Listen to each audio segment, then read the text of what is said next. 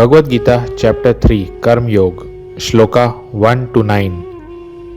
ओम अज्ञानतिमिरन्धस्य ज्ञानञ्जनशलाकया चक्षुरुन्मीलितं येन तस्मै श्री गुरुवे नमः।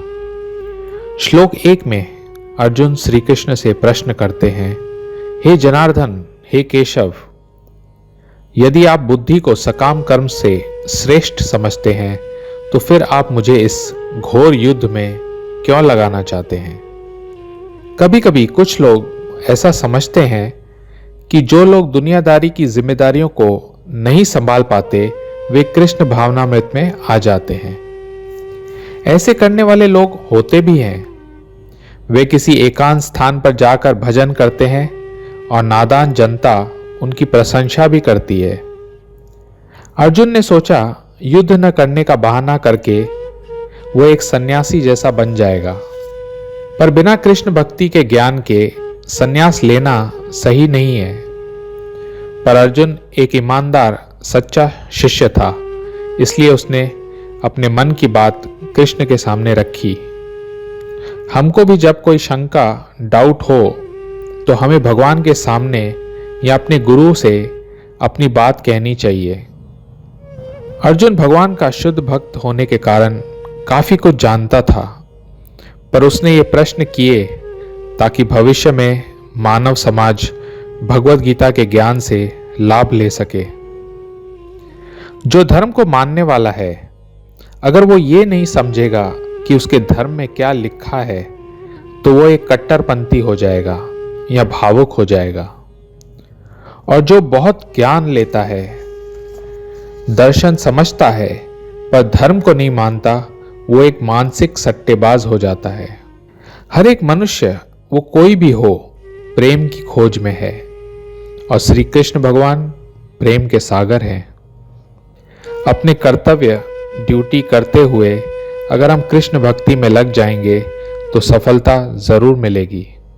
वास्तव में आत्मा एक क्षण, एक सेकंड के लिए भी नहीं रुक सकता। आत्मा की वजह से शरीर चलता है। आत्मा जब शरीर से निकल जाता है तो शरीर शांत हो जाता है। हम जीव जो एक आत्मा है, हम शांत नहीं बैठ सकते। हमको कुछ न कुछ काम करना है।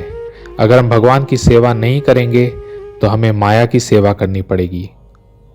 किंतु यदि हम कृष्ण भावनामृत में रहकर काम करेंगे तो हम स्वाभाविक रूप से आनंद में रहेंगे और इसी में हमारा कल्याण है। कुछ ऐसे लोग होते हैं जो एक योगी बनने का ढोंग करते हैं। उनका मन हर समय इंद्र तृप्ति में लगा रहता है। वो हमेशा धन और नारी के बारे में सोचते रहते हैं। कभी कभी ऐसे लोग बहुत जबरदस्त प्रवचन भी करते हैं, पर ऐसे अशुद्ध लोगों का ज्ञान माया के द्वारा हर लिया जाता है और उनके प्रवचन का कोई मूल्य नहीं रहता। पर ऐसे योगियों से अच्छे तो वे लोग हैं जो अपना कर्तव्य करते हुए सच्चे मन से भगवान की भक्ति करते हैं। भगवान सब जानते हैं, वे प्रैक्टिकल हैं, इसलिए वे हमें ऐसा कार्य देते हैं जो हमारे लिए आसान हो और जिसमें हमारा फायदा हो। एक बिजनेसमैन अगर सही से अपना काम करता है, अपना धन ईमानदारी से कमाता है और उसे अपने परिवार और धर्म के कार्यों में लगाता है और साथ साथ भगवान की भक्ति करता है, तो वह बड़े बड़े ढोंगी योगियों से कई गुना अच्छा है। श्रील प्रभुपाद जी कहते हैं, एक ईमानदार रास्ते पर झाड़ू लगाने वाला उस ढोंगी योगी से कई गुना बेहतर है जो पैसे के लिए ध्यान लगाता है। श्लोक 8 में भगवान कहते हैं, अपने निर्धारित कर्म करो। कर्म न करने से कर्म करना श्रेष्ठ है। बिना कर्म के तो शरीर निर्वाह, शरीर का मेंटेनेंस भी नहीं हो सकता।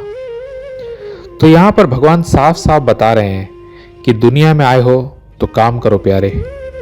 अर्जुन एक गृहस्थ था और एक सेना नायक भी था, इसलिए उसके लिए अपने परिवार को देखना और युद्ध करना उसका कर्तव्य था। ऐसे निर्धारित कर्म करने से हृदय साफ हो जाता है और मनुष्य भौतिक दोषों से मुक्त हो जाता है। श्लोक 9, यज्ञार्थ कर्मणो न्यात्रा लोकोयम कर्म बंधना तदर्थम कर्म कौन्तेय मुक्त संग समाचर। श्री विष्णु के लिए यज्ञ रूप में कर्म करना चाहिए, अन्यथा कर्म के द्वारा इस भौतिक जगत में बंधन उत्पन्न होता है। अतः हे कुंती पुत्र, उनकी प्रसन्नता के लिए अपने नियत कर्म करो। इस तरह तुम बंधन से सदा मुक्त रहोगे। यज्ञ करने का मतलब ही भगवान को संतुष्ट करना होता है।